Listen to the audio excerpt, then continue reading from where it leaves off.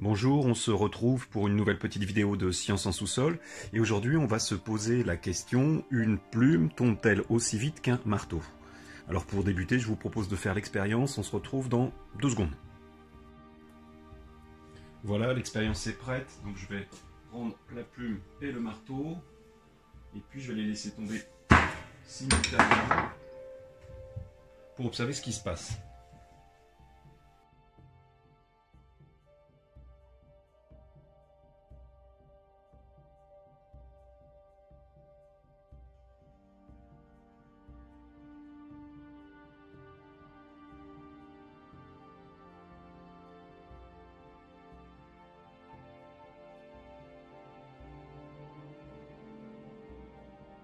Ainsi donc, dans notre expérience quotidienne, un marteau va tomber toujours plus rapidement qu'une plume.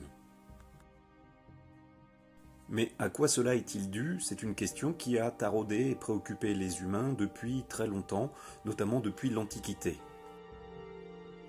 Parmi les physiciens philosophes grecs de l'Antiquité, un certain Aristote, dont nous avons déjà parlé en cours, s'est penché sur cette question de gravité et de chute des objets, et il a proposé des explications dans un livre qui se nomme Le Traité du ciel. Et je me suis permis de réaliser un petit montage afin qu'il t'expose rapidement sa théorie concernant la chute des corps et la gravité. Moi, Aristote, je pense que la vitesse de chute d'un objet dépend de sa masse. Ainsi, plus un objet est lourd, plus il tombe vite. À l'opposé, plus il est léger, moins il tombe vite. J'ai même démontré cela dans un livre qui s'intitule Le Traité du ciel. Aristote a laissé de nombreux livres, tels que le Traité du ciel ou météorologique, et dans ces livres, il va exposer sa vision du monde et proposer des théories qui vont lui permettre d'expliquer le monde qui l'entoure. Les théories proposées par Aristote dans ses livres peuvent être jugées de nos jours comme farfelues. En effet, elles ne sont basées pour la plupart sur aucun argument scientifique réel. Elles ont quand même comme intérêt principal le fait de proposer à l'humain de s'intéresser et d'interpréter le monde physique qui l'entoure. Ainsi, c'est la vision aristotélicienne du monde qui va s'imposer jusqu'à la Renaissance. En effet, comme me le montre mon expérience personnelle, un objet plus lourd semble toujours tomber plus rapidement qu'un objet plus léger. Mais est-ce vraiment le cas? Celui qui va remettre les choses en cause, c'est un certain Galilée. Il vivait en Italie du temps de la Renaissance. S'il est surtout connu pour la mise au point de la fameuse lunette qui lui permit d'observer les satellites de Jupiter ou le relief de la Lune, Galilée était également un expérimentateur hors pair qui menait une démarche scientifique rigoureuse.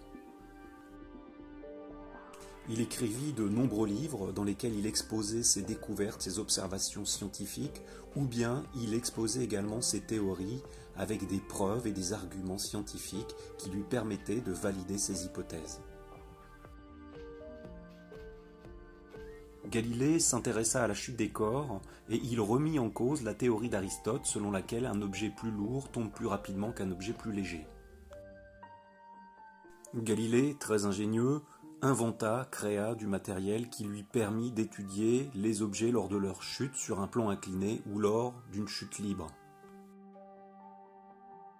La petite histoire raconte même qu'il aurait testé la chute des corps du haut de la tour de Pise, mais cela n'est pas vérifié. Écoutons-le nous raconter le résultat de ses expériences. Bonjour, je m'appelle Galilée. J'ai vécu durant la Renaissance. Je suis parmi les premiers scientifiques à pratiquer une démarche expérimentale stricte pour étudier le monde qui m'entoure. Je n'étais pas d'accord avec certaines théories d'Aristote. J'ai ainsi mené diverses expériences dont une série de mesures sur la chute des corps. J'ai alors démontré que, si on néglige notamment les frottements avec l'air, tous les objets, qu'ils soient petits ou gros, lourds ou légers, tombent à la même vitesse. En effet, la vitesse de chute d'un objet dans un champ de pesanteur ne dépend pas de sa masse. Ainsi donc, si la plume arrive après le marteau, cela est essentiellement dû au frottement de l'air. En effet, observons les diagrammes objet-interaction suivants. Ce diagramme nous présente les interactions que subit la plume lors de cette expérience. Elle interagit par frottement en contact avec l'air et elle interagit à distance du fait de la gravité avec la Terre. Il en est de même pour le marteau qui interagit par frottement avec l'air et qui interagit à distance du fait de la gravité avec la Terre. Reprenons l'expérience précédente avec la plume et le marteau, mais cette fois-ci, tentons de limiter les frottements de l'air sur la plume et lâchons-la de manière verticale. Vous pouvez observer que dans ce cas, lorsque les frottements de l'air sont limités, le marteau et la plume touchent de manière quasiment simultanée le support. Revoyons la même scène au ralenti. Ce n'est pas parfait, mais on peut observer que les deux objets tombent alors quasiment à la même vitesse. Ce qui provoque encore la légère différence, ce sont toujours les frottements dus à l'air. En fait, pour réaliser cette expérience de manière parfaite, il faudrait être sur la Lune. C'est cette expérience qu'a réalisée un astronaute américain lors de la mission Apollo 15. Écoute bien cette vidéo, tu reconnaîtras le nom Galileo, c'est-à-dire Galilée en anglais.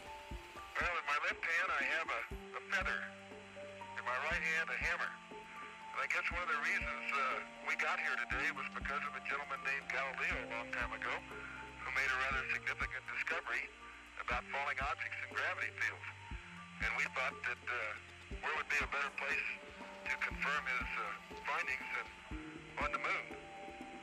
And so we thought we'd try it here for you. The feather happens to be appropriately a falcon feather for our falcon. And I'll drop the two of them here and hopefully they'll hit the ground at the same time. How about that? Mr. Galileo was correct in his findings. Pour mieux comprendre, étudions les diagrammes objet-interaction pour la plume et le marteau lorsqu'ils sont sur la Lune. Sur la Lune, il n'y a pas d'air. La plume et le marteau n'interagissent plus qu'avec la Lune du fait de la gravité. Ainsi, placés dans le même champ de pesanteur, deux objets tombent à la même vitesse, quelle que soit leur masse. Démontrons-le à l'aide d'une expérience. Dans cette expérience, nous allons mesurer la vitesse de chute de différents objets dans un tube en plastique transparent. Ces objets ont été choisis car ils ont quasiment tous la même section. Ils ont des masses différentes que l'on va pouvoir mesurer à l'aide d'une balance. Nous allons donc lâcher ces différents objets dans le tube afin de mesurer leur vitesse. Ces objets vont tomber dans un petit bac plein de sable afin de les freiner. Commençons par un premier objet et mesurons sa masse. J'utilise un petit couvercle afin d'éviter que les billes ne roulent. La balance est alors tarée, c'est-à-dire remise à zéro. Commençons par étudier cette petite bille en métal. Sa masse, mesurée sur la balance, est de 8,40 grammes.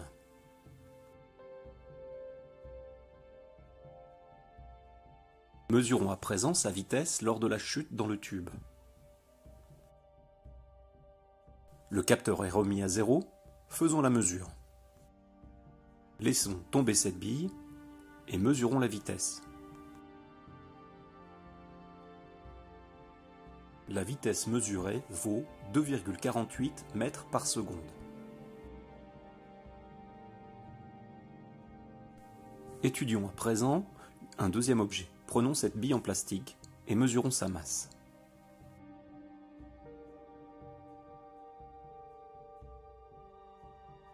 Sa masse vaut 1,82 grammes.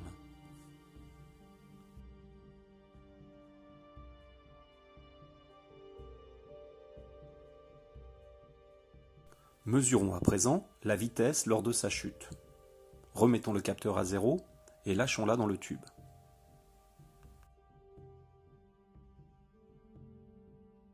La vitesse mesurée est de 2,44 mètres par seconde, c'est-à-dire une valeur très proche de la vitesse mesurée pour la bille en acier. La faible différence vient très probablement des frottements et des imprécisions expérimentales. Passons à cette petite bille en bois et déterminons sa masse.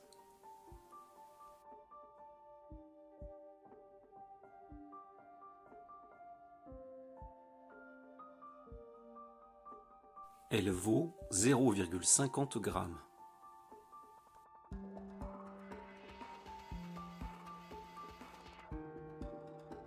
Mesurons à présent la vitesse lors de sa chute.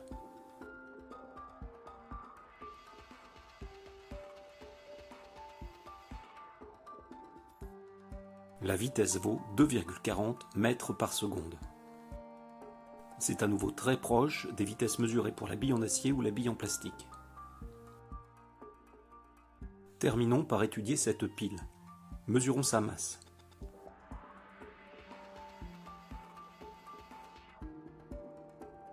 Elle vaut 22,62 g.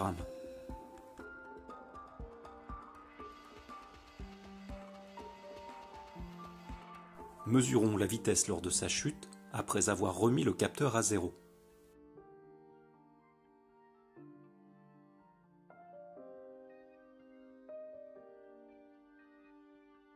Pour cette pile, la vitesse de chute mesurée est de 2,45 mètres par seconde.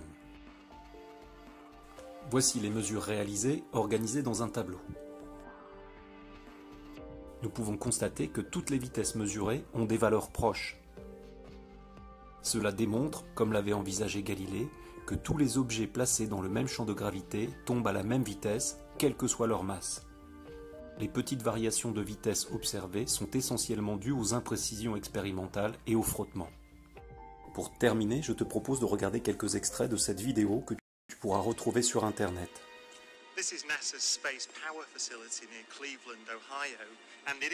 Elle est tournée dans la plus grande chambre à vide qui existe sur Terre.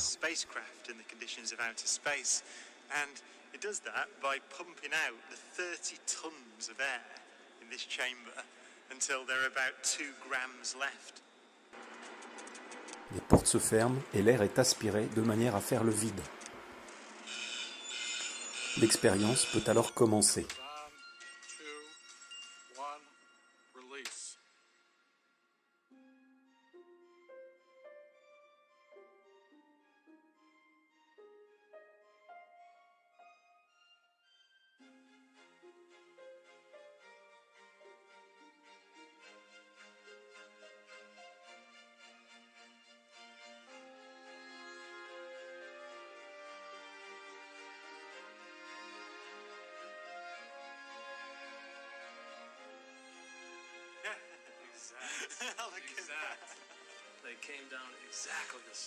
Cette expérience démontre à nouveau que deux objets, quelle que soit leur masse, lorsqu'ils ne sont soumis qu'à l'interaction due à la gravité, tombent à la même vitesse.